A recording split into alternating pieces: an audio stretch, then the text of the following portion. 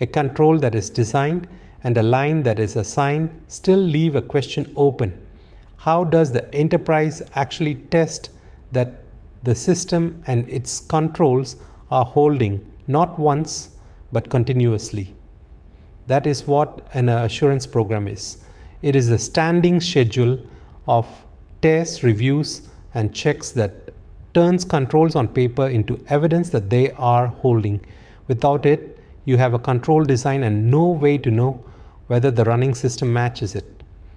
The program begins before the system goes live, and this part is familiar.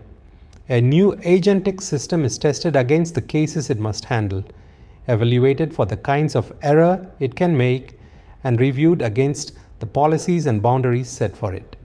This is the pre-deployment assurance every serious enterprise already does, extended to ask the agentic questions. Does the boundary actually hold when pushed? Does the system degrade safely when it meets something unfamiliar? Can the reviewer reconstruct the basis for what it did well enough to challenge it? Passing this is the condition for going live. It is necessary. And for an acting system, it is nowhere near sufficient. What makes the program agentic is that the testing does not stop at launch. Because the system can drift without changing, assurance has to continue for as long as the system runs. This is ongoing assurance, monitoring that tracks whether the system is still inside the tolerance it was certified against, periodic re-evaluation that reruns the pre-deployment tests against current behavior, sampling of live decisions for human review, and a scheduled reassessment when the data, the model, or the conditions shift.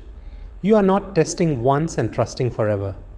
You are maintaining a current opinion about whether the system is still in control, refreshed often enough that the opinion is never badly out of date.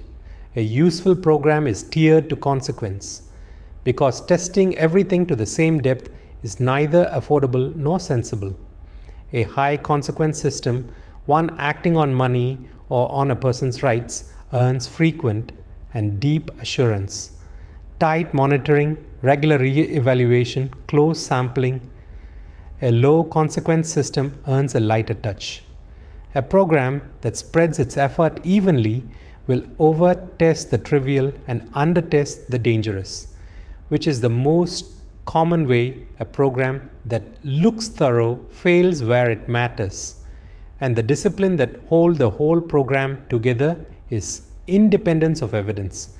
The first line's monitoring, the second line's reviews, and the third line's audits should not all rest on the system reporting on itself, because the same flaw that affects the system may also affect the signal it reports.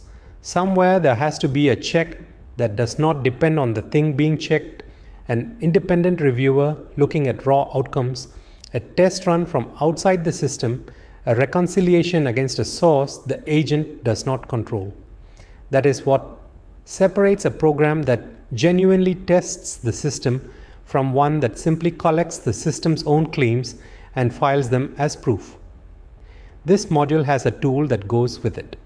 The risk to control map asks you to take one agentic system in your own organization. Name the risks it actually carries, including the unlisted and the drift, and for each one, write the preventive, detective, and corrective control that answers it and the line that owns it. Filling it in honestly is usually where the gaps appear. We have now identified the risk, designed the controls, separated the lines, and built a program that tests continuously. What we have not yet done is show it. When a regulator or a court asks what a system did and why, controls are not enough. You need evidence. That is the next module, audit and evidence for agentic systems.